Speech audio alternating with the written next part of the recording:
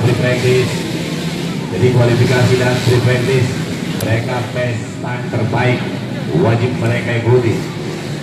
Jadi bisa Anda melihat siapa rider terbaik Anda, pembalap terbaik Anda.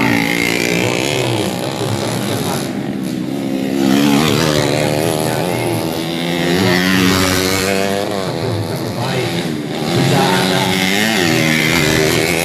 HP Android Anda di aplikasi Anda download dengan aplikasi. Anda tahu waktu tempuh perjalanan rider Anda seperti MotoGP karena transporter bekerja waktu detik second juga sudah tertera di unit kendaraan rider sedang berlomba. Jadi esok hari the real battle yang sesungguhnya, pertarungan yang sesungguhnya esok hari Anda saksikan siapa yang akan memperoleh podium 1 sampai dengan 6.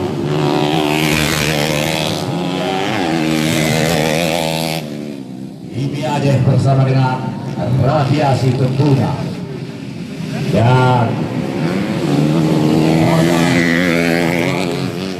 bersama dengan Yamaha semakin di depan dan tentunya juga dengan Ball Experience.